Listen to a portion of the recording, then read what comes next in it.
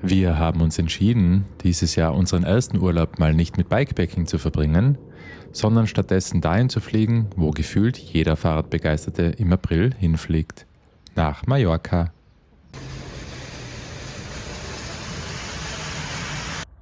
Den ersten Tag haben wir damit verbracht, die Räder zu besorgen, Alcudia zu erkunden und eine kleine Testfahrt zu einer Eselsfarm zu machen.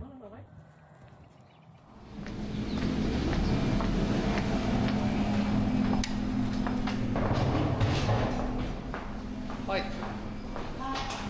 Ups, warte mal. So, guten Morgen. Wir sind auf Mallorca. Und zwar in Alcudia, wie man hier an der wunderschönen alten Stadtmauer sehen kann. Wir machen Rennradurlaub.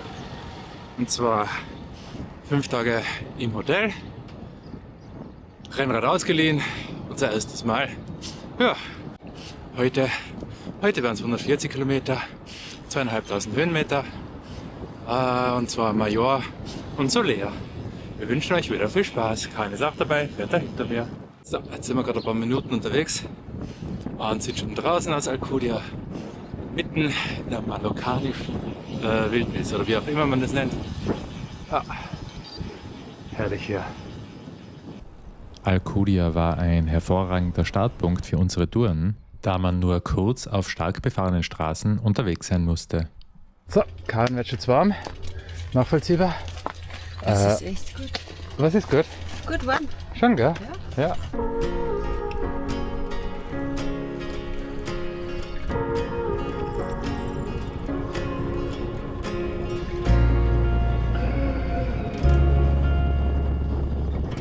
Ein paar Schweines und Babyschweines.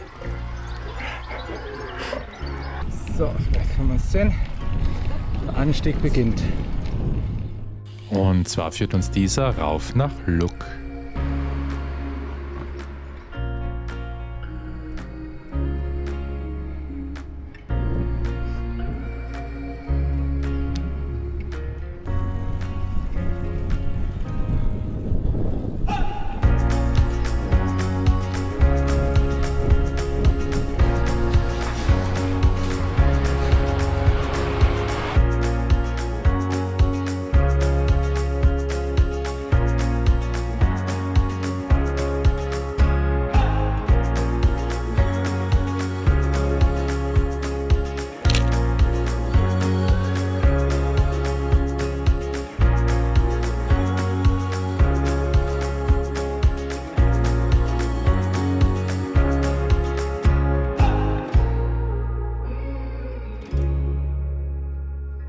Und hier kommen wir das erste Mal an der berühmten Repsol-Tankstelle im Tramontana-Gebirge vorbei.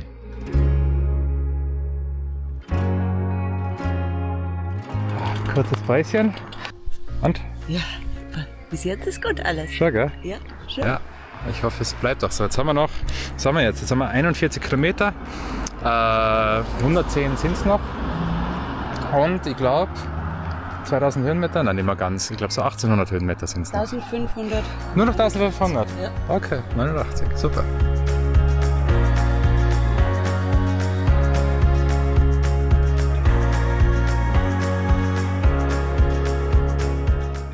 Da geht's übermorgen hin. Heute Soler.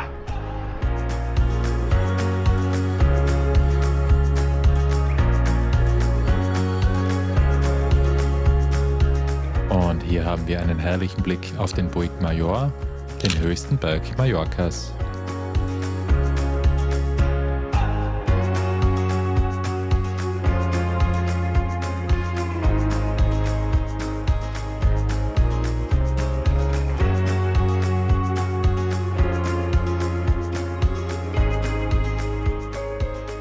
Jetzt suchen wir mal nach einem Café, das die Karin schon rausgesucht hat. Ich glaube, das könnte ganz gut sein, weil jetzt brauchen wir da langsam was. Jetzt haben wir 60 Kilometer von 150 und die Hälfte des Anstiegs in etwa schon.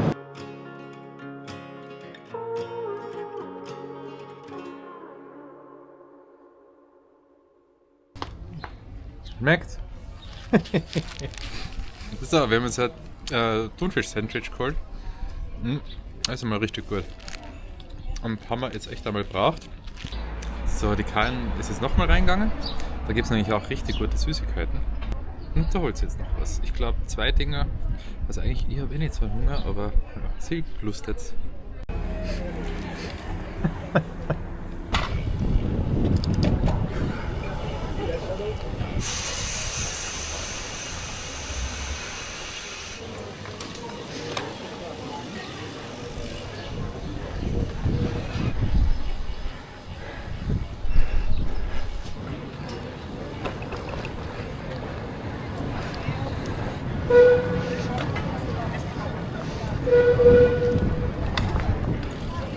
Crowded.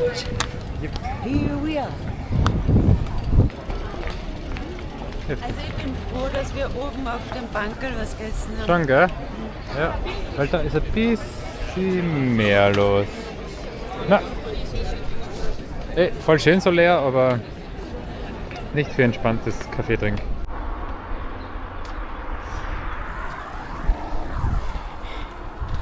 So, nächste Steigung, Col de Soler. Heiß ist es.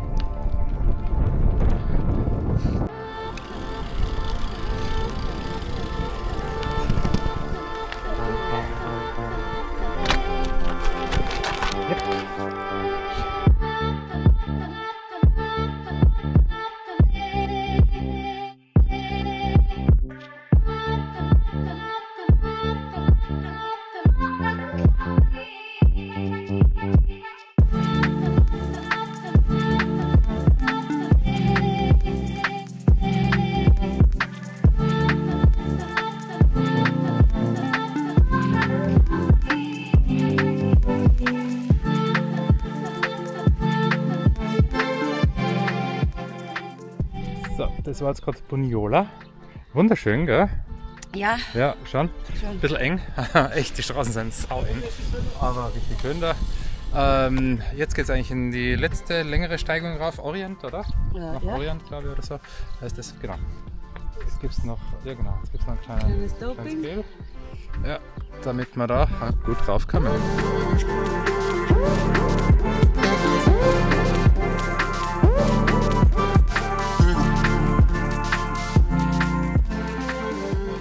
Vom Col de Honor gibt es leider keine Bilder, da so viel los war, dass ich auf das Filmen lieber verzichtet habe.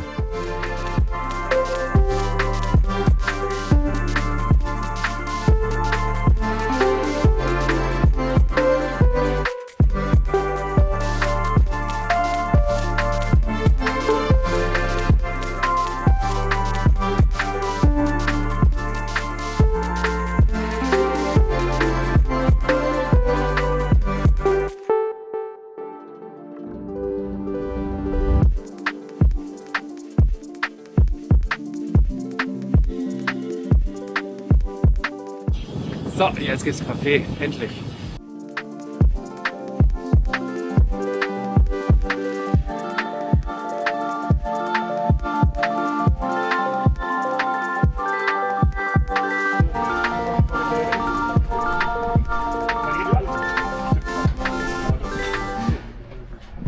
So, Kaffee gibt's und Kuchen kommt noch, oder?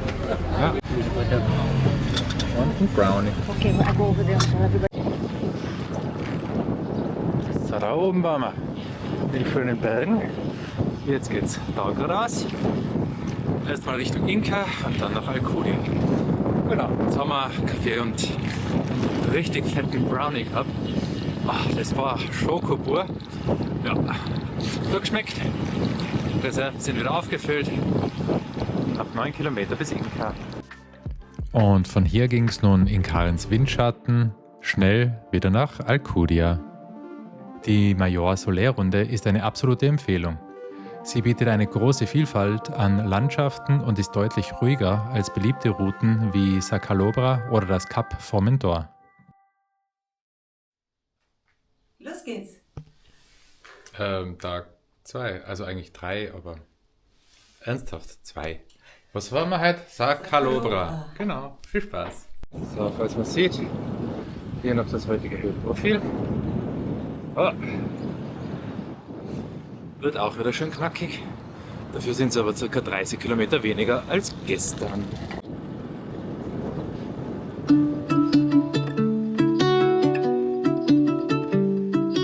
Hier sind wir in Pollenza. Auch eine sehr, sehr schöne Stadt. Aber ich glaube, das Zentrum umfahren wir jetzt sogar ein bisschen. Das sehen wir dann. Sehen tun wir es dann auf unserer Rückfahrt.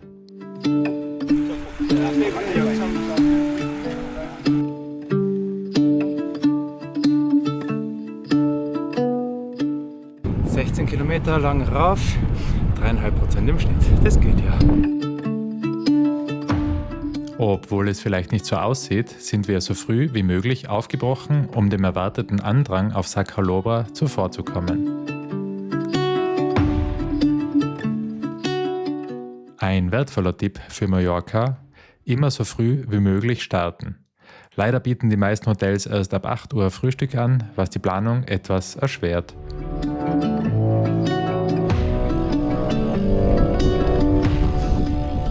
Erster Call heute. Dafür geht es schön runter.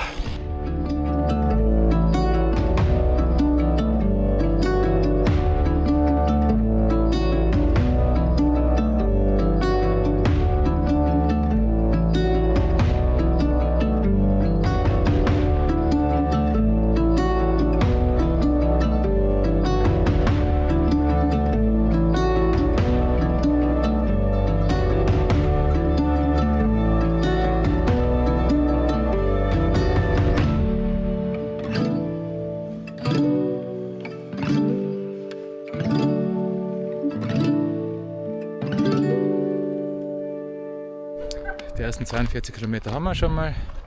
Jetzt ist Zeit für einen Kaffee. Also, jetzt haben wir frischen Orangensaft und Orangenkuchen gegessen. Koffein wäre mir zwar lieber gewesen, aber leider haben die keinen Kaffee. Jetzt haben wir eigentlich nicht mehr weit bis Sacalobra. Da düsen wir jetzt schnell runter. Hoffentlich ein paar schöne Bilder und hoffentlich ist nicht zu viel los, weil jetzt kommen langsam hinter uns die ganzen Busse daher. Und ja, sehr viele Radlfahrer. Also ist schon echt was los da. Aber ja, man kann es halt leider auch nachvollziehen. So, weiter geht's. Ups, falsch.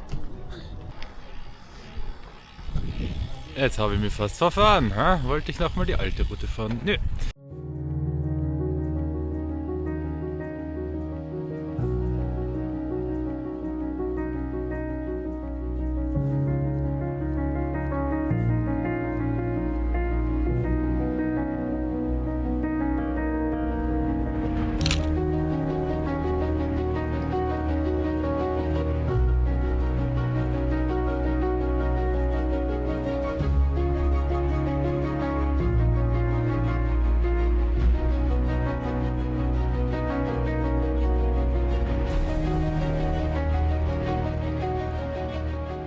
So, wunderschön da runter, aber ich mache kurz eine Pause, weil sonst fahre ich die ganze Zeit hinter dem Bus daher. Aber ja, kann schon was.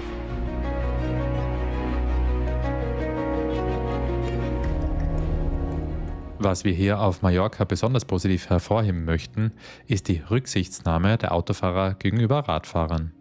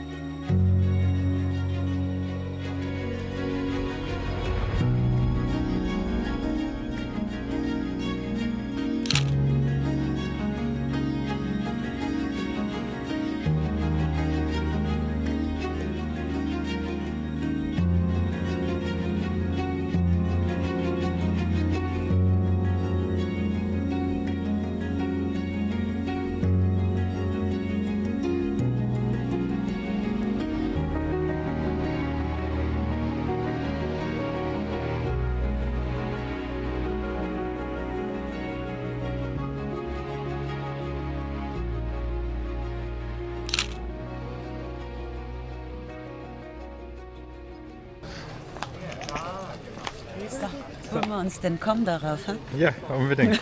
Easy cheesy. Ja, jetzt wird's hart. Jetzt fahren wir da wieder rauf. So, jetzt verlassen wir die wunderschöne Bucht.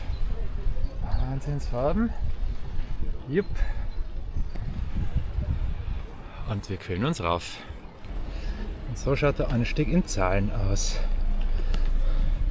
Nicht ganz 700 Höhenmeter und 7% im Schnitt. Juh. Wir werden es schon schaffen. Hoffe ich.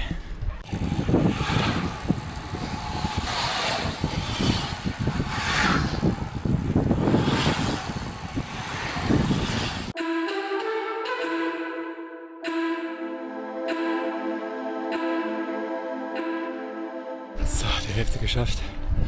Boah, ich merke, dieses Jahr habe ich noch keine Höhenmeter. Ich habe die Karin wieder. Endlich. Aber das war mein Glück. Sie wollte irgendwie Fotos machen, dann ist sie nicht mehr auf die Straße rausgekommen.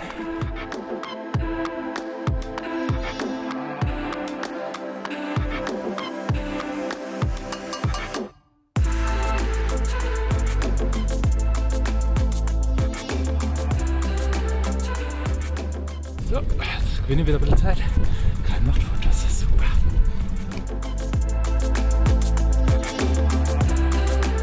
Wie ihr hier sehen könnt, früh starten lohnt sich.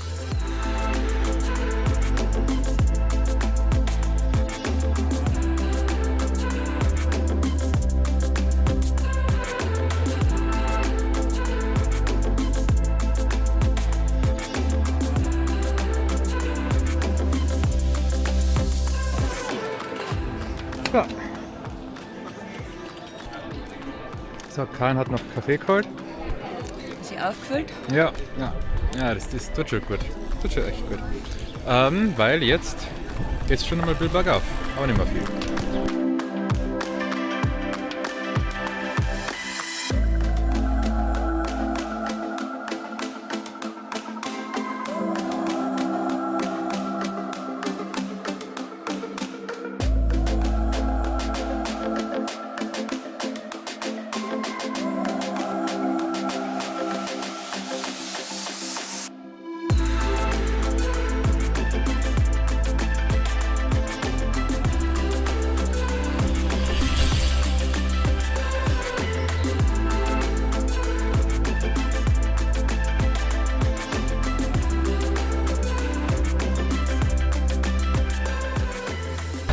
Noch Colaflasche. Ja. Schaure. Saure, sehr sauer. Geil. Geil. Gib her. Mach's vielleicht größer. Boah, das war jetzt noch gut. Für die letzten 12 Kilometer.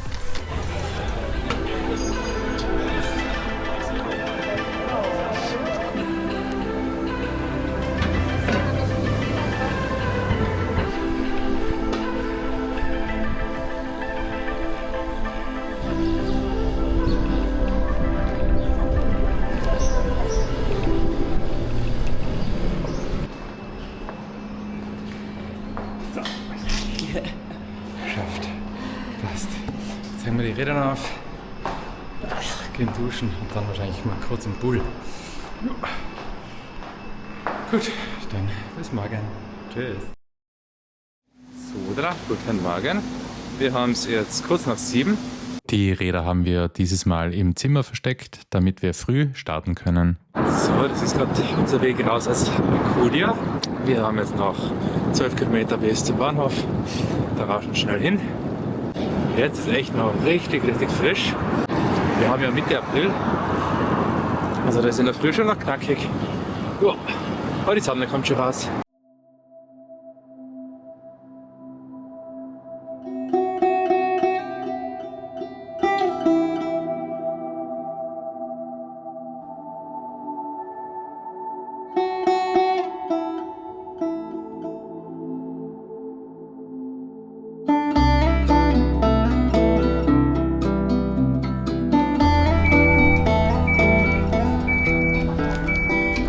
So, wir sind im Zug. Jetzt gibt es mal sehr gutes Frühstück. Nummer 2. Ah, schauen wir mal. Schoko, fertig. Sind wir schon gespannt. So, wir sind angekommen. Super gegangen jetzt. Und jetzt geht's los. 110 Kilometer, fast 2000 Höhenmeter.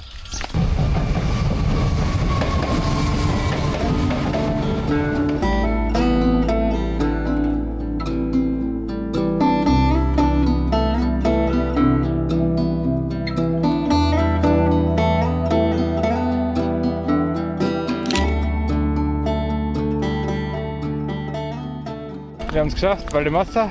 Erste Station. Ja, aber Kaffee. genau, Kaffee einmal. So, upsi. Wir sind jetzt gerade ein bisschen planlos in Valdemossa rein und auch recht planlos ein Kaffee gesucht. So, nachdem es ja heute noch kein gescheites Frühstück gegeben hat, haben wir jetzt was Gutes da. Mahlzeit. Das andere Zeug gekauft. Aha. Karin hat noch eine kleine Nachspeise geholt. Schauen wir mal, ob das was ist.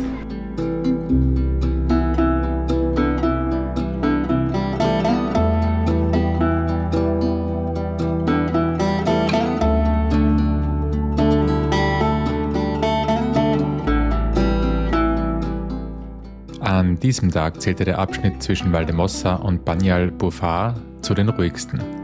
Zwischendurch boten sich immer wieder herrliche Ausblicke auf die Berge und das Meer.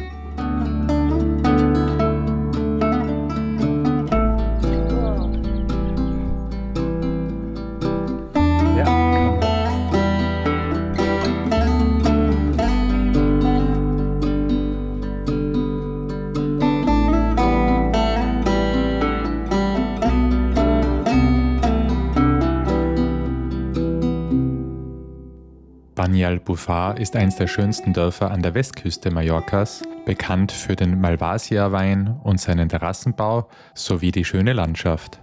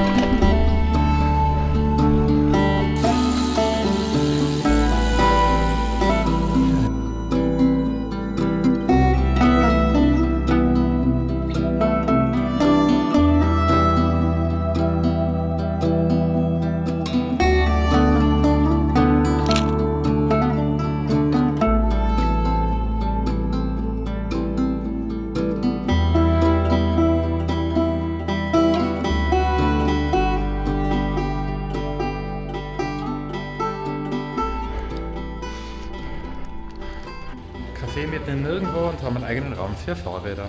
Cool. Nächste Pause mit dezenter aus. So, weiter geht's. Ist grau.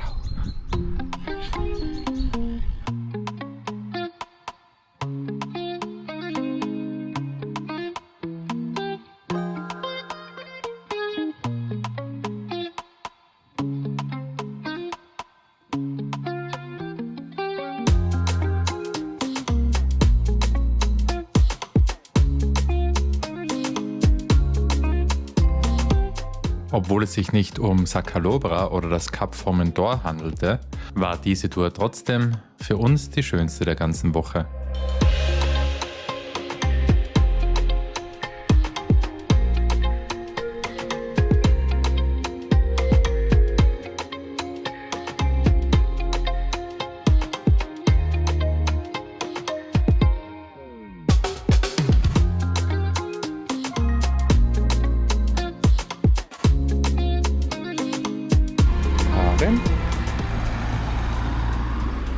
Hi! Coole Abfahrt, oder? Ja. Herrlich. Was auf Malle ganz lustig ist, wenn man viele Holz sammeln will, ja, ist der richtige Ort dafür. Ich glaube, heute haben wir schon Nummer 13 oder sowas hinter uns. Das sind halt meistens so 200-300 Höhenmeter. Ja, oh ja, schön für die Statistik.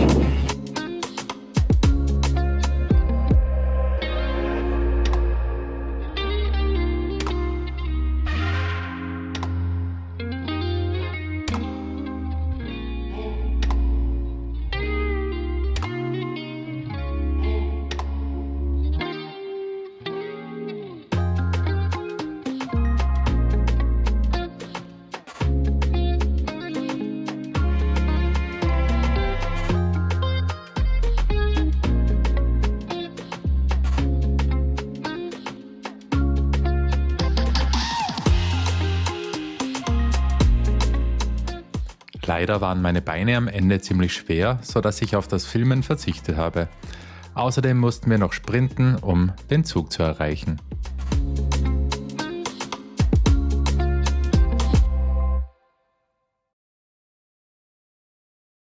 So, guten Morgen.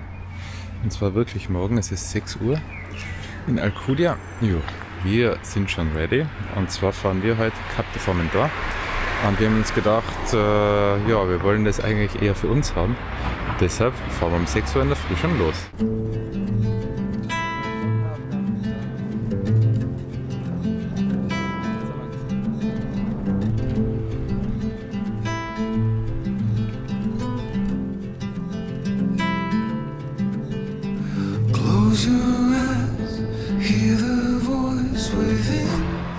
Letzter Tag, letzte Fahrt, erster Platten.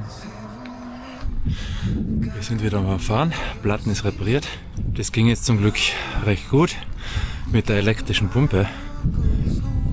Ohne die wären wir ziemlich aufgeschmissen gewesen, weil die Pumpe, die dabei ist bei dem Rad, die geht nicht gescheit aufs Ventil drauf. Ja, wäre toll gewesen. Das ist immer gut, so eine kleine Akkupumpe mitzunehmen.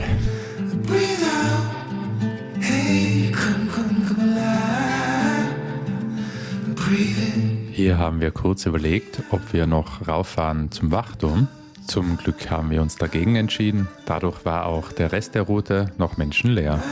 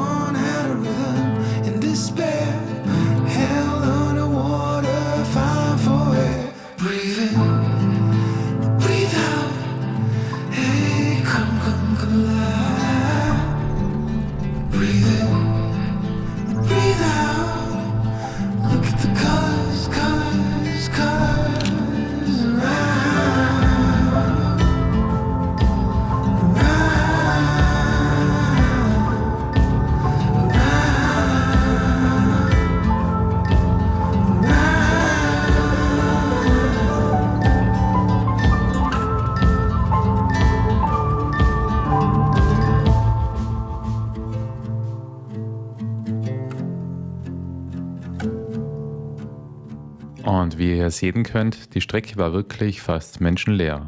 Es lohnt sich also nicht nur für die schöne Sonnenstimmung, so früh zum Cap Formentor loszustarten.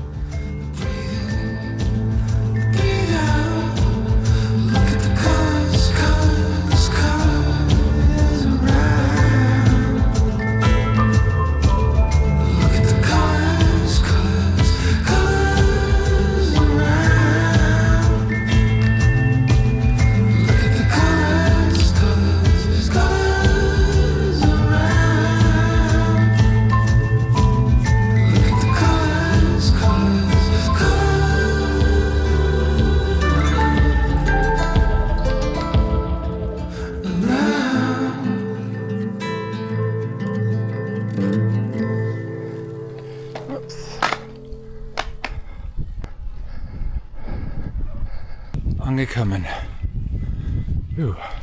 Relativ wenig los, das für einen Samstag, aber es ist auch erst 8:30. Mal die Aussicht da genießen.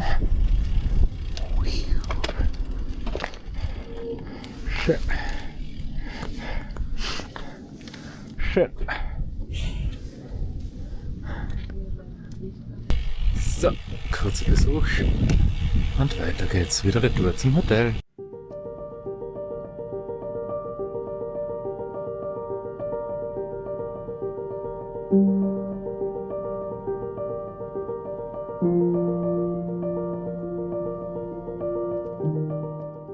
Und hier noch ein paar kurze Bilder unserer Rückfahrt, auf der nun schon wesentlich mehr los war.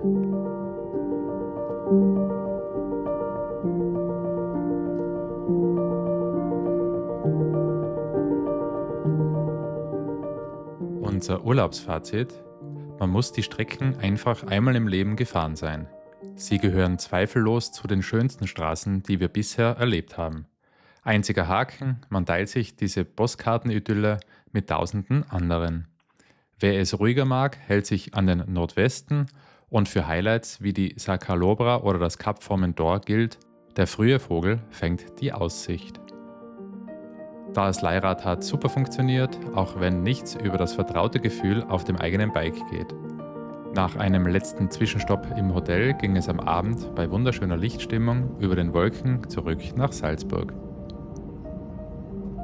Ich hoffe, das etwas andere Video hat euch gut gefallen.